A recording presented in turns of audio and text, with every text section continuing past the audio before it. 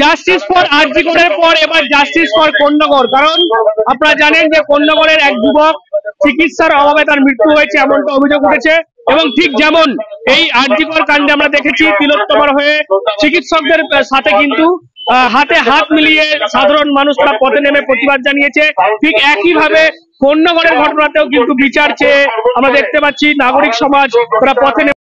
একদিকে আপনাদেরকে কোন্নগরের ছবি দেখাচ্ছি, সেখানেও এই কোন্নগরের ঘটনার প্রতিবাদে আমরা দেখতে পাচ্ছি একেবারে মোবাইলের টর্চ জেলে মশাল হাতে যেমন মিছিল হচ্ছে, মানববন্ধন হচ্ছে কোন্নগরে। পাশাপাশি কিন্তু আমরা দেখতে পাচ্ছি ডানকুনিতে, ডানকুনি কালীপুর মোড়, সেখানেও কিন্তু মশাল জেলে এখানকার মানুষজন, তারা স্থানীয় মানুষজন রয়েছে, তারা পোস্টার হাতে কিন্তু জাস্টিস ফর কোন্নগর সেই দাবি তারা তুলছেন। এই মুহূর্তে দেখাবো আমি যে কালীপুর মোড় সেখানে রয়েছে, সেখানে এভাবেই কিন্তু দেখতে পাচ্ছি আমরা এই প্রতিবাদ চলছে। এখানে আমরা দেখতে পাচ্ছি একদিকে যেমন মহিলারা রয়েছেন, তাদের হাতে পোস্টার রয়েছে জাস্টিস ফর কোন্নগর।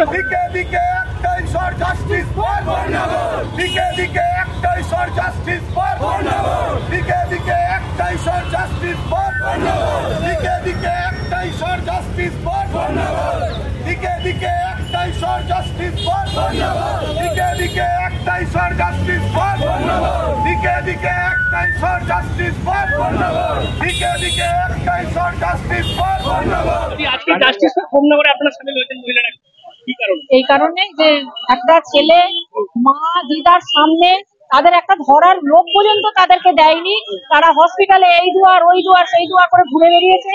একবার বলছে 106 নম্বর ঘরে যাও, একবার বলছে এক্সরে করতে, এক্সরে করার মুখে ঢুকে ছেলেটা মারা গেল একটা মায়ের সামনে। এই সমবেদনার জন্য আমরা নেমেছি যে জাস্টিস যদি আমরা অভয়ার জন্য চাইতে পারি, জাস্টিস ওই মহিলার জন্য আমরা চাইবো। সে একটা মা, তার সামনে তার ছেলে কোলটা ছেলে চলে গেল, মানে তার মায়ের কোলটা শূন্য হয়ে গেল। আমরা চাই না আর কারোর এরকম হোক, সেই জন্য আমরা চাই ডাক্তাররা তাদের কাজে নামুক এবং যাতে আর কারোর এরকম না হয়, তার জন্য আমরা আজকে নেমেছি। এই জন্য একটা তরুণ যুবক সে দুর্ঘটনায় প্রাণ হারালো এবং সে যখন দুর্ঘটনায় পড়লো তার বাড়ির লোকেরা তাকে আরজি করে নিয়ে গেল। আরজি করে ডাক্তারবাবুরা কর্মবিরতির দোহাই দিয়ে যাকে 3 ঘন্টা তার চিকিৎসা করলো না, বিনা চিকিৎসায় মারা গেল। মা দরজায় দরজায় আরজি করে ঘুরলো এবং দেখা গেল মৃত সেই ছেলের ট্রলিটাকে নিয়ে, মৃত ছেলেকে টেনে নিয়ে মা চলেছেন। এ দৃশ্য আজকে বাংলা দেখলো। আমরা যেমন আরজি করের বিচার চাইছি, দলমত ধর্ম বর্ণ নির্বিশেষে মানুষ পথে নেমেছি, আমরা গান গেয়েছি, কবিতা লিখেছি, আমরা প্রতিবাদ করেছি। আমরা চাইছি এক দৃষ্টান্তমূলক শাস্তি হোক। আমরা চাই যে এটা উত্তরপ্রদেশ নয় যে হাথরাসে বিচার হবে না, এটা কখনো উন্নাও হতে পারে না, এটা কখনো হায়দ্রাবাদ হতে পারে না, এটা কখনো মণিপুর হতে পারে না, এটা আমার বাংলা, এখানে বিচার হবেই হবে। এবং সেই বিচারের জন্য আজকে মায়েরা রাস্তায় নেমেছে তখন আজকে সেই আন্দোলনের নাম করে জুনিয়র ডাক্তারবাবুরা, যেটা আজকে দেখবেন সুপ্রিম কোর্টের প্রধান বিচারপতি এক প্রকার নির্দেশ দিয়ে বলেছেন আগামী কালকের মধ্যে তাদের কাজে ফিরতে হবে।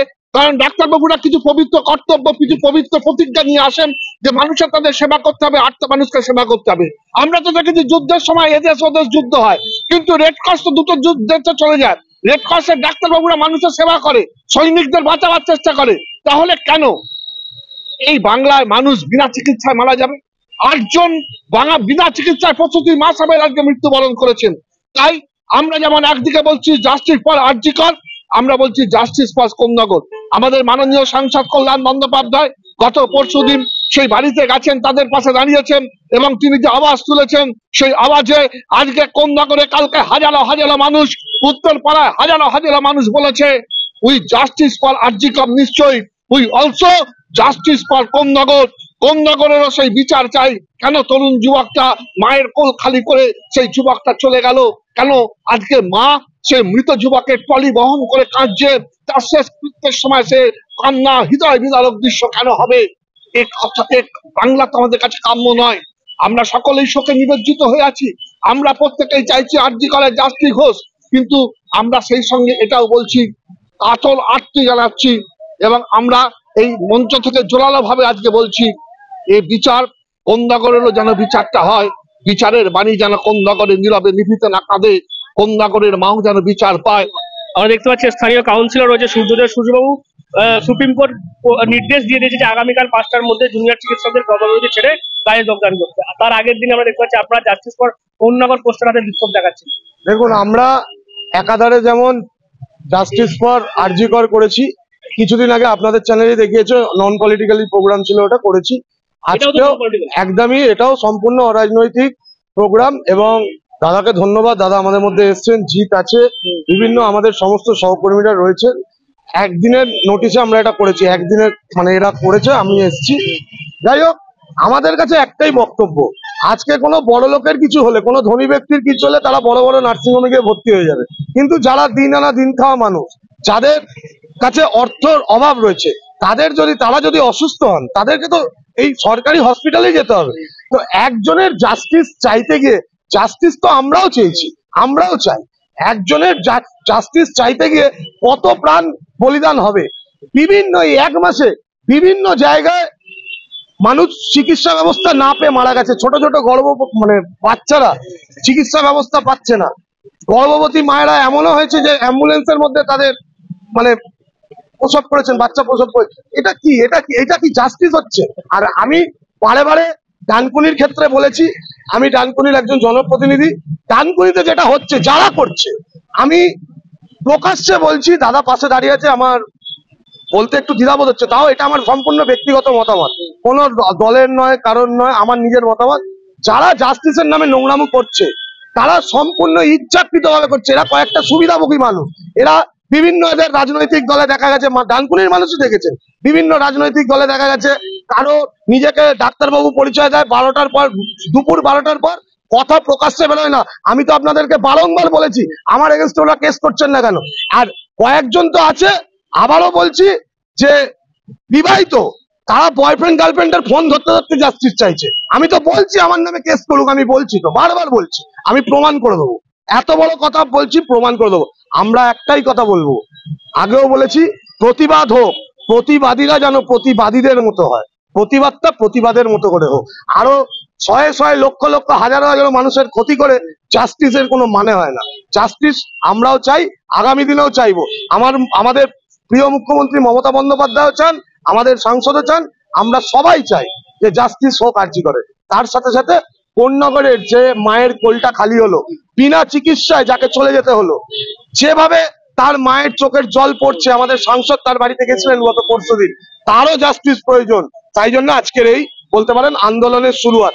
আগামী দিন এই আন্দোলন আরো তীব্রতর হবে। বুঝতেই পারছেন, একেবারে ঠিক যেমনটা জাস্টিস ফর আরজি করের আমরা দেখেছি আন্দোলন, এবার কিন্তু জাস্টিস ফর কন্যাগর আমরা দেখতে পাচ্ছি।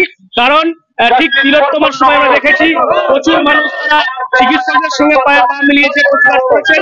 এবারে কন্যাগরের ঘটনা দেখতে পাচ্ছি, জায়গায় জায়গায় কিন্তু এই যে বিক্ষোভ, এই যে প্রতিবাদ, সেটা লক্ষ্য করা যাচ্ছে। একদিকে কন্যাগরে দেখছি আমরা, সেখানেও কিন্তু মানববন্ধন করে প্রতিবাদ জানাচ্ছেন।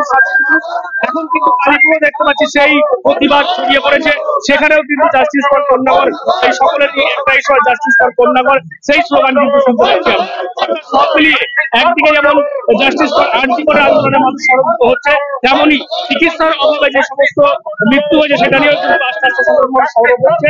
আপনাদের জানিয়ে রাখি, ইতিমধ্যে সুপ্রিম কোর্ট কিন্তু পরিষ্কার নির্দেশ দিয়েছে যে আগামীকাল বিকাল 5টার মধ্যেই কাজে ফিরতে হবে চিকিৎসকদের, সেই নির্দেশ কিন্তু দিয়েছে। নাহলে রাজ্য সরকার যদি নতুন করে ব্যবস্থা গ্রহণ করে, যে সমস্ত চিকিৎসক কাজে করেনি তাদের বিরুদ্ধে, তাহলে কিন্তু সুপ্রিম কোর্ট হস্তক্ষেপ করবে না, আজকে সাফ জানিয়ে দিয়েছেন প্রধান বিচারপতি। আপনারা কি বলেন এই বিষয়টা? অবশ্যই কমেন্ট করে জানাবেন। ডিএনএন বাংলা, ডিএনএন বাংলা সবার মনে, সবার